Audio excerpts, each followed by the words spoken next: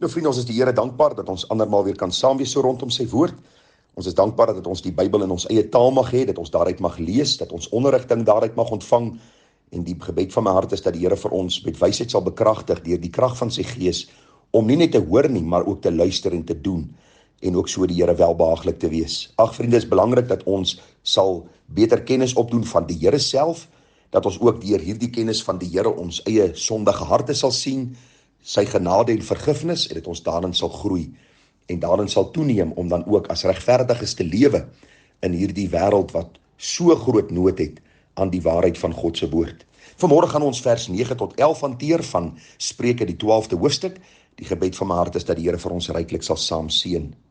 Nou kom ek lees gou vir die vers 9 tot 11, daar staan, wie gering geag word en 'n slaaf het, is beter as hy wat hom vernaam aanstel en gebrek aan brood het. Die regverdige ken die natuur van sy dier, maar die barmhartigheid van die goddelose is wreed. Wie sy land bewerk het volop brood, maar hy wat nietighede najag, het gebrek aan verstand.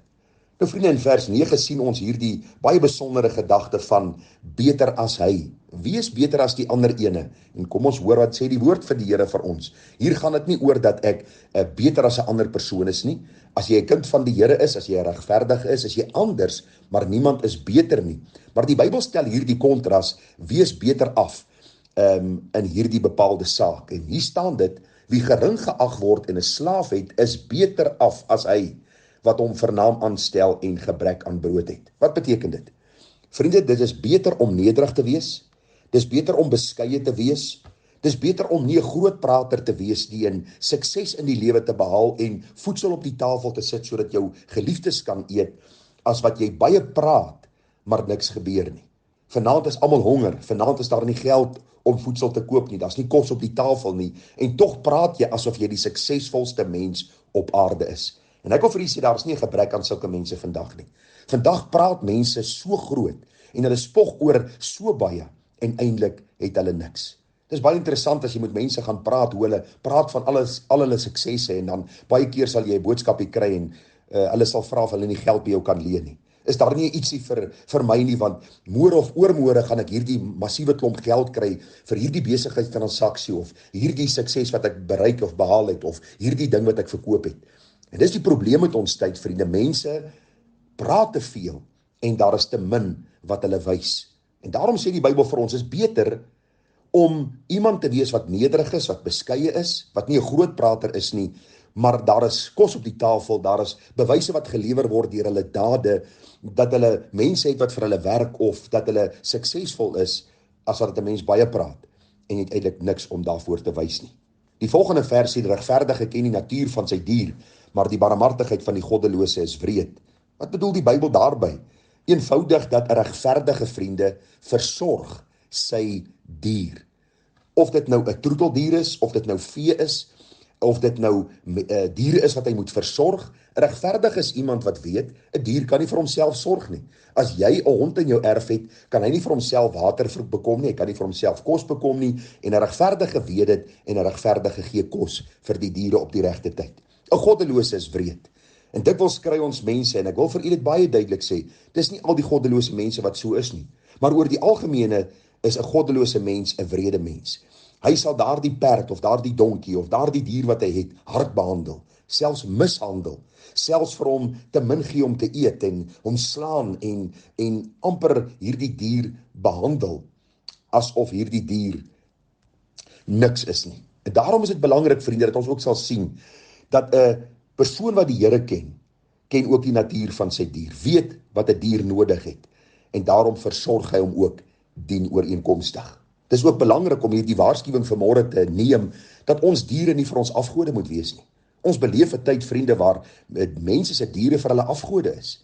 En verskoon as ek dit so stel, die hond is belangriker as die buurman, die hond is belangriker as die man of die vrou, die kat, die diere. Ons sal eerder ons diere versorg as wat ons arme mense sal help, of mense wat behoefte het. En dis ook die gevaar aan die ander kant. Daarom is 'n regverdige mens iemand wat balans in sy lewe het. Hy weet wat is nodig, hy weet dat die skepsele na die beeld van God, die mens, belangriker is as die dier, maar hy besef ook dat die dier versorg moet word, want die Here het daardie dier aan hom toevertrou. Die goddeloos aan die ander kant gee nie om nie. Of dit nou mens of dier is, hy behandel hulle dieselfde. Dit gaan oor hom, dit gaan oor sy eie behoeftes, sy eie begeertes, en die Here waarsku ons daarteen, dat ons harte voor God altyd eerbaar sal wees. As die Here iets aan jou toevertrou het, versorg dit en verheerlik so dan die Here. Die volgende vers, vriende, is baie duidelik. Wie sy land bewerk, het volop brood, maar hy wat nietighede najag, het gebrek aan verstand. Hierdie was my so interessante gedagte, toe ek 'n bietjie nagevors het. U sien, hulle wat werk, het brood om te eet. Die Bybel sê, wie nie werk nie, kan nie eet nie. Daarom is dit belangrik dat ons sal sien, dat werk, vriende, alreeds voor die sondeval deel was van die mense lewe. Die Here sê vir Adam, in die tuin van Eden, hy moet die tuin bewerk en bewaak. So is belangrik dat ons sal sien, dat moeite en verdriet het ingekom na die sondeval, wanneer dit kom by werk. Daarom sê die Here, ons sal in die sweet van ons aangesig ons brood verdien. Miskien is jy 'n IT-man, wat miskien agter 'n rekenaar sit heeldag. Miskien is jy 'n ambagsman, miskien is jy 'n dokter, miskien is jy 'n predikant. Maak nie saak nie, vriende, die Bybel sê vir ons, as ons werk, sal ons volop brood hê, sal ons kan eet, sal ons onsself en ons geliefdes kan versorg. Maar hoor nou, hy wat nietighede najag, hierdie woordjie nietighede is, hy wat 'n droom najag, het gebrek aan verstand. Ek het al vir my kinders gesê, luister, 'n droom gaan nie kos op jou tafel sit nie. Dit help nie, ons kinders het altyd drome oor wat hulle wil bereik, wat hulle wil word, en hulle doen niks omtrent dit nie. As jy 'n goeie ambagsman wil wees, moet jy 'n ambag gaan loop. Dan moet jy sekere opleiding kry. As jy 'n goeie rekenmeester wil wees, is daar opleiding wat jy moet bekom. Dis harde werk, dis lang ure wat jy moet insit, baie keer vir min geld. Die belangrikheid is net dat ons nie drome sal najag en niks sal doen omtrent dit nie. As jy 'n droom het, jaag dit na, vra die Here vir wysheid en doen iets. 'n Droom gaan nie vir jou voedsel op jou tafel gee nie. Ongelukkig beleef ons 'n tyd, vriende, waar ons kinders op YouTube, op 'n TikTok, op al hierdie sosiale media kanale, mense en kinders sien wat vinnig en gou sukses behaal het en baie geld geïn het, en almal van hulle dink, hulle gaan 'n TikToker word, of een of ander persoon op sosiale media wat miljoene rande gaan in. Vergeet daardie droom, staan op en doen iets, gaan werk. Die Here sê jy moet jou eer daarin stel om met jou eie hande te werk. As jy met jou eie hande werk, sal die Here voorsien dat daar 'n geldjie is om 'n kosie te koop, om jouself te versorg, en so kan jy ook onafhanklik begin lewe, in afhanklikheid van die Here, maar jy hoef nie tot op ouderdom 25 en 30 en 35 in pa en ma se huis te bly, dat hulle vir jou versorg, omdat jy 'n droom najag nie. Het is belangrik dat ons kinders sal grootmaak, met hierdie gedagte en gesindheid. My kind, die Bybel sê, dat jy moet werk. Daarom, hy wat sy land bewerk het volop brood, leer hulle wat dit is om eerbare gedagtes te koester rondom werk.